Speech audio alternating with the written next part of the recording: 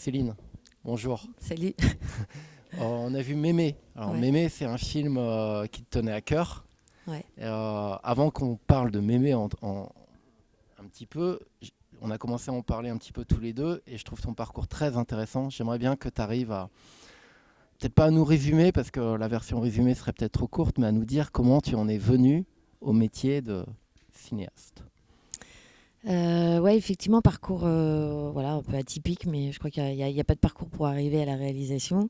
Le cinéma, je suis un peu tombée dedans par hasard. Je me prédestinais pas à un parcours de cinéaste. Je n'étais pas passionnée de cinéma quand j'étais plus jeune. J'ai une formation de juriste. J'ai fait une fac de droit à Rennes. Donc, je me prédestinais plutôt à un métier d'avocate ou de magistrate. Et puis, chemin faisant, la maturité, l'âge adulte arrivant, je me suis dit que c'était pas forcément ma voie et je ne savais pas quelle serait ma voie. Et ça s'est fait naturellement. J'avais un copain à l'époque qui était passionné de cinéma, qui avait quitté sa Bretagne pour Paris pour tenter sa chance. Et en septembre 2001, donc il y a un peu plus de 20 ans, me dit, écoute, il cherche une stagiaire pour faire le photocopie et le café. Et viens, et voilà. Et donc j'ai fait mon sac comme une bonne provinciale et je suis arrivée à Paris. On montait à Paris à l'époque. Et donc sur place, tu fais les bonnes rencontres. Sur place, ouais, j'ai un peu de chance. Sur place, j'arrive, j'y connais rien au cinéma. J'arrive dans cette boîte de prod, effectivement, pour faire les photocopies et le café. Et je rencontre voilà, des gens vraiment chouettes et je bosse. Et au bout de 4 mois, on me propose un premier petit poste d'assistante de production. Et je me dis, OK, on y va. Donc, je suis jamais repartie de Paris depuis. Et j'apprends le métier, je rencontre des gens chouettes qui me forment. Donc, je fais 3 ans plutôt de production. Et très vite, quand je commence à comprendre qui fait quoi dans le cinéma, je me dis, mais moi, ce qui m'intéresse, c'est de faire du plateau. C'est de voir des comédiens, c'est de voir un tournage. Et je bifurque de la production vers la mise en scène. Et je fais 15 ans d'assistanat mise en scène. Voilà, je monte les échelons petit à petit. Stagiaire, troisième, second assistant. Premier assistant il y a 6 ans, 7 ans. Premier assistant, c'est le bras droit du réalisateur. Hein. C'est nous qui pilotons toute l'organisation. Donc c'est très technique. Et ça me plaît. Je me nourris de mes rencontres. Je rencontre des réalisateurs formidables. J'ai la chance de faire des super films à l'étranger aussi, en Mongolie, en Inde. Et puis, il y a 4 ans, j'ai toujours aimé raconter des histoires. Je suis assez bavarde comme fille. Et je me dis, est-ce que c'est pas à moi maintenant de raconter mes histoires. Voilà. Et tu peux nous citer quelques réalisateurs du coup avec qui tu as travaillé sur les plateaux? Oui, oui, oui. Après, sur 15 ans, effectivement, voilà, je ne veux pas dire plus que d'autres parce que j'ai beaucoup de respect pour tous enfin, voilà, les réalisateurs avec qui j'ai travaillé. Après, il y en a qui m'ont un peu plus marqué. Mia Hansen-Love, voilà, m'a marqué particulièrement puisque c'est grâce à elle que je suis passée première assistante. J'avais fait tous ces films avant, j'étais seconde. Et c'est elle qui m'a proposé il y a 5 ans, il y a 6 ans, sa première assistante n'étant pas dispo parce que voilà, elle attendait un bébé. Elle me dit, voilà, c'est toi qui dois venir. Donc, je me suis retrouvée en Inde pour mon premier poste de première assistante dans une aventure incroyable. Je suis partie 2 mois et demi. Et voilà, et là, ça a été une grande aventure humaine, mon premier film à l'étranger. Et puis la confiance, voilà, parce que c'est une cinéaste que j'apprécie particulièrement. Et grâce à elle, voilà, ce film à l'étranger, on a découlé un autre voilà, qui fait vraiment partie de ma vie. C'est le tournage que j'ai fait avec Fabienne Berthaud en Mongolie pour son film qui s'appelle Un monde plus grand, qui parle du chamanisme. Voilà, voilà, il y a plein d'autres réalisateurs. Dernièrement, enfin il y a 2 ans, je travaillais avec Jérémy Elkaïm qui a réalisé son premier film. Ils sont vivants. Voilà, chaque expérience est différente. Après, on a des liens particuliers avec les réalisateurs. Voilà, et quelquefois, c'est un peu plus fort. Et en tout cas, c'était des très chouettes expériences. Donc on en vient à ton court-métrage que tu présentes ici à Brest. Il a fait d'autres festivals déjà? Oui, il en a fait quelques-uns. Pas non plus, on n'a pas fait le monde entier. Mais oui, oui, on a fait deux festivals à l'étranger, en Espagne, en Géorgie. Et puis, on a fait le premier festival, c'était le festival d'Alès, qui nous a accueillis la première, donc au printemps dernier. On a fait Alès, voilà, on a un petit peu voyagé. Et voilà, mais s'il y avait un festival que je voulais faire, c'était celui de Brest.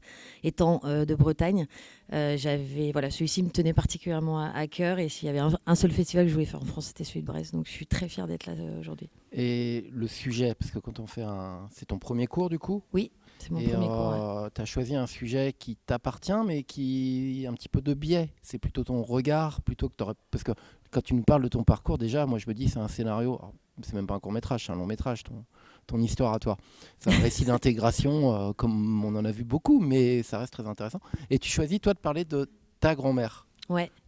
Ouais, alors pourquoi parce que je préfère déjà parler des autres que de moi. Là, on fait une interview, donc il faut que je parle de moi. Mais non, après, c'est un chemin très, très personnel et particulier. Pourquoi parler de ma grand-mère? C'est vrai que ce film, c'est un peu un hommage à ma grand-mère, mais c'est un hommage aux racines.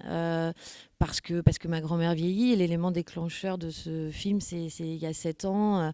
Ma grand-mère, donc, qui habite en Normandie, à la frontière avec la Bretagne, où j'ai passé toute mon enfance, prend la décision de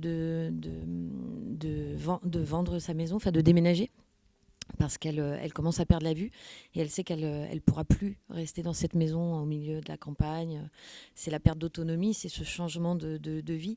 Et moi, je suis bouleversée parce qu'à l'époque, voilà, c'est la maison qu'elle habite depuis 70 ans et se retrouver avec une grand-mère de 85 ans à faire des cartons, mettre les torchons à droite, à gauche, c'est assez... voilà, et elle quitte cette maison. Donc moi, c'est voilà, la maison du bonheur, la maison de mon enfance. Et je crois qu'il y a un truc qui se passe et j'ai envie de filmer ces derniers moments. J'ai envie de filmer cette maison. Alors au départ, je voulais faire ce film avec ma grand-mère. Je lui ai fait faire quelques essais qui n'ont pas été très concluants. On va pas dire que je l'adore, mais elle était très mauvaise actrice. Et donc, je me mets en quête voilà, d'une actrice pour incarner le personnage de ma grand-mère. Et je décide de faire ce film en Normandie, dans la maison de ma grand-mère, parce que je crois que j'ai besoin de laisser une trace de cette vie qui est en train de changer. Donc, c'est ça un peu l'histoire de Mémé, quoi. Ouais, c'est aussi un monde qui disparaît. Ouais, c'est ça, c'est un monde qui disparaît, c'est accepter qu'un monde disparaît pour en laisser un autre. Et ma grand-mère, je l'accompagne. Donc ma grand-mère a aujourd'hui 95 ans.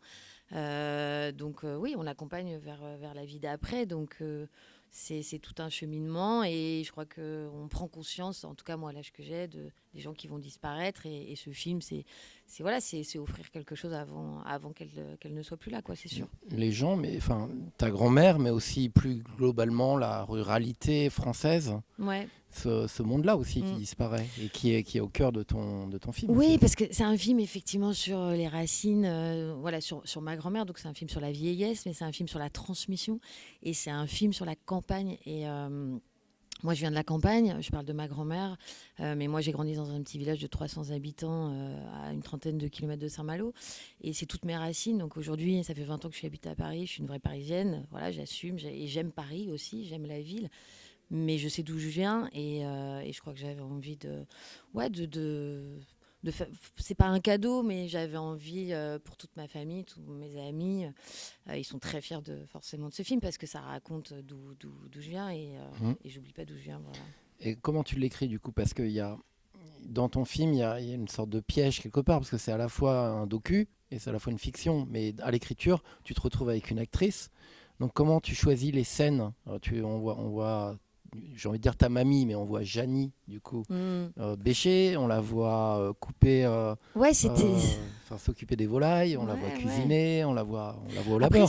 c'est entre. Alors, effectivement, mais pour moi, ça reste vraiment une fiction. C'est très inspiré, forcément, de moi, ce que je connais. Donc, j'ai reconstitué la vie de ma grand-mère, qui était celle-ci. Hein. Elle tuait les poulets, elle les ébouillantait pour pouvoir voilà, manger. Donc, c'est vraiment tout ce que moi, j'ai connu. Tout ça n'est pas. Mais ça reste de la fiction. Et Jenny, donc, qui incarne ma grand-mère, est une vraie Parisienne, une vraie actrice. Donc, pas du tout habituée au métier de la terre, aux animaux de la ferme, aux vaches. Donc, il a fallu un petit peu prendre le temps de s'apprivoiser. Et elle l'a fait très, très bien. Et ouais, c'est un mix des deux. Moi, je savais où je voulais aller et rien n'est improvisé. Moi, je l'ai laissé un peu improviser sur certaines choses, mais moi, je savais exactement ce que je voulais raconter sur chaque scène. Donc, c'est un mix des deux et je crois qu'on a à peu près... on s'en est pas trop mal sorti. Dans ton écriture, ton personnage principal, il évolue également. Il est fermé au départ et plus ouvert à l'autre à la fin. En dehors de la famille aussi, si la famille est absente presque. Ouais. Comment tu l'as pensé ça? Ouais, en fait, moi, ce qui m'intéressait, je trouve qu'aujourd'hui, dans les films qu'on fait sur les vieux, sur la vieillesse, on est toujours du point de vue de la famille. C'est-à-dire qu'en fait, ce qui m'intéressait, c'était d'être de son point de vue à elle. Donc, je voulais qu'elle soit le personnage central et je voulais pas que ce soit ce télescope avec la famille. Donc, je l'ai volontairement mis de côté. C'est très dur en quelques minutes, en 20 minutes d'un court-métrage. On peut pas tout raconter, donc il faut faire des choix. Donc, moi, j'ai choisi un angle, un point de vue qui était le sien. Bon voilà, après, oui, effectivement, j'ai traité la famille très rapidement au départ pour se dire, oui, elle a une famille. Après, voilà, moi j'ai un regard sur la famille. Je trouve que voilà, la famille, quelquefois, les personnes âgées sont, à partir du moment où on vieillit, on a tendance à infantiliser les personnes âgées, à répondre un peu à leur place, à décider un peu à leur place. Et ça, je voulais leur donner la parole à cette grand-mère en fait et la laisser voilà, être maître de ce qu'elle avait envie. Et enfin, voilà, c'est ce que j'avais envie de raconter dans ce film. Quoi. Ouais, parce que c'est aussi un film sur la solitude des Ouais. personnes âgées. Mhm. Tu dirais ça? Ouais, c'est aussi un film sur la solitude parce que c'est la réalité aujourd'hui des personnes âgées. Hein. Ils sont très très seuls. Moi, je partage ça effectivement avec ma grand-mère au quotidien. C'est cette solitude. Mais quelque part, c'est leur vie. Enfin, mais il faut vraiment en avoir conscience. Et c'est vrai que moi, j'avais envie de raconter ça, quoi. C'est ce temps qui passe, cette solitude. Et c'est vrai que voilà, c'est pour ça que j'ai ajouté un personnage. Là, c'est vraiment de la fiction, l'arrivée de ce petit garçon qui va un peu égayer sa vie et cette rencontre entre ces deux univers, la jeunesse et la vieillesse, quoi. Et pareil, ton récit, tu le nourris de répliques hein, qui sont en général plutôt drôles vis-à-vis de son compagnon de tous les jours, Mm. la vache Ouais, notamment. Comment ouais. tu as construit ce petit jeu? Est-ce que là, il n'y a pas une petite part d'impro de ton actrice? C'est toi qui Si. avais tout écrit? Non, non, non, non. En fait, le premier personnage de Mémé était beaucoup moins rock'n'roll, était beaucoup plus lisse. Ma grand-mère étant beaucoup plus simple. Mais à la rencontre avec Jenny, elle m'offrait. C'est un tel personnage. Jenny était comme ça dans la vie. Et j'ai pris ce qu'elle m'a donné et j'ai refaçonné ce personnage à la Jenny parce que je trouvais que c'était vraiment intéressant d'en faire une mémé un peu plus rock'n'roll. Et ça, c'est vraiment le cadeau que m'a fait Jenny. Donc, j'ai réécrit en fonction. Et sur beaucoup de scènes, moi, je savais ce que je voulais, mais je la laissais très libre. Je lui disais, Jenny, si tu sais pas vraiment le texte, c'est pas grave. Raconte. Vas-y, quoi, raconte, et puis moi, après, je me débrouillerai. Voilà, il y avait des choses que je voulais absolument, donc ça, il me les fallait, il me fallait certains mots, mais après, je la laissais très libre, et elle adorait improviser. Et comme moi, je lui ai laissé une grande liberté, ça a été un peu un festival, et du coup, on a des scènes vraiment formidables. Voilà, certaines écrites et certaines un peu improvisées, ouais. Alors, ton film, tu parles de rock'n'roll, toi aussi, tu as fait un choix rock'n'roll finalement. Parce que ce sujet-là, tu savais pertinemment que, ou alors peut-être que tu ne le savais pas, mais que ce serait difficile de t'entourer sur un tel projet. Aujourd'hui, c'est pas tendance. Non, alors je le savais pas, mais non, je le savais pas, mais parce que j'ai vraiment galéré. J'ai pas trouvé de producteur. Personne n'a voulu m'accompagner au départ sur ce projet parce que personne n'y croyait, parce que la vieillesse, c'est moche à filmer, c'est pas glamour, c'est pas tendance, c'est pas vendeur. Donc c'est vraiment ce que les 2 premières années où j'ai cherché un producteur, on m'a dit bah non. J'ai même un producteur qui m'a proposé d'écrire un autre film sur un autre sujet. Et sauf que je sais pas, au fond de moi-même, j'avais ce truc où non, c'était ce film que je voulais faire. Et puis c'est un vrai truc Enfin, on fait aussi du cinéma pour ça. C'est un acte de résistance. C'est-à-dire qu'aujourd'hui, proposons pas que des films avec des jeunes. Et j'adore les jeunes acteurs beaux, fringants et magnifiques. Et les prochains, voilà, seront peut-être avec des acteurs. Mais j'avais envie de filmer cette vieillesse que moi, je trouve que je trouve belle en fait. Et j'avais envie de proposer une autre vision de la vieillesse. Je voulais une grand-mère belle, toute ridée. Avec de la couleur. Quand je suis allée défendre mon film en commission que je n'ai pas eu, je leur disais, mais moi j'ai envie d'une vieille avec des couleurs, que ça claque, que ce soit beau. Et c'est ça que je veux proposer. J'ai pas convaincu avant. Et là, je convainc, j'ai l'impression de convaincre après. Donc c'est la belle revanche parce que le film, effectivement, marche en festival et a souvent un accueil plutôt chouette. Donc c'est vraiment, voilà, je suis très contente d'être allée au bout et de ne pas avoir lâché et Ouais, d'en être là aujourd'hui, quoi. ce que tu as perdu en facilité, tu l'as gagné en liberté Ah mais c'est certain. et en fierté. Ah ouais, ouais, ouais. Et puis j'ai défendu le film plus que tout parce que comme j'étais seule, j'étais la seule à pouvoir défendre ce film. Donc je me suis Ouais, je me suis vraiment beaucoup battue pour ce film. J'ai eu vraiment des grands moments de solitude où j'ai cru que j'y arriverais jamais.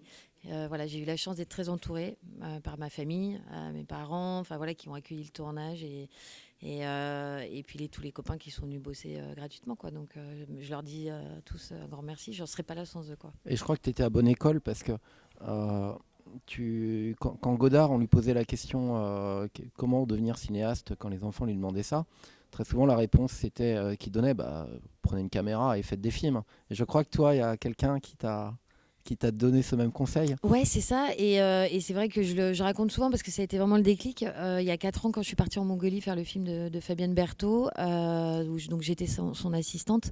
Ça faisait 2 ans que je cherchais un producteur pour ce court-métrage et que ça marchait pas. Fabienne, quand on s'est rencontrés, je lui raconte cette histoire de court-métrage. Elle me dit, mais moi, tu sais, mon premier long-métrage, personne ne voulait le produire et j'ai pas attendu en fait qu'on vienne me dire OK. Et à l'époque, c'était il y a plusieurs années, quand elle a commencé, elle m'a dit, je me suis acheté une caméra à 2500 francs à l'époque. Et pendant 3 ans, elle a tourné son long métrage, 3 jours par 3 jours, toute seule. Et au bout de 3 ans, son long métrage était tourné. Et le long métrage a cartonné.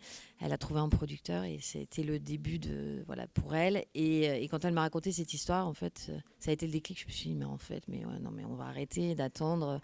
Et donc, je suis rentrée de Mongolie à 4 ans. Et j'ai décidé d'autoproduire le film. Voilà, donc j'ai mis toutes mes économies dans ce film et j'ai produit, j'ai appelé les copains, les fournisseurs pour trouver du matériel parce que ça coûte cher de tourner un film de 20 minutes quand même si c'est avec des copains, ça coûte cher. Et c'est comme ça que ce film a été tourné. Voilà. Et maintenant que tu as trouvé ta voix, alors ta voix ta voix X et ta voix toute seule surtout parce que t'étais dans ta voix, tu l'avais déjà, mais tu n'avais pas franchi le pas de faire tout seul. Ouais. Maintenant, tu es capable de revenir au métier que tu faisais avant ou alors t'es lancé maintenant Ah et non, t'es sûr tu vas nous refaire le même coup que Mémé, tu vas nous faire un long métrage quoi qu'il arrive. ah bah c'est exactement ce qui est en train de se passer. Non, après l'assistanat, voilà, c'est mon métier et j'aime profondément ce métier, mais je crois que ça y est, je suis passée à autre chose et j'ai d'autres envies aujourd'hui et je ne ferai pas marche arrière aujourd'hui. Donc effectivement, oui, la route est tracée. On prépare le long métrage qui est écrit, hein. Ça fait 3 ans que j'ai écrit ce long métrage qui est la suite du court métrage, donc c'est sur ce même sujet.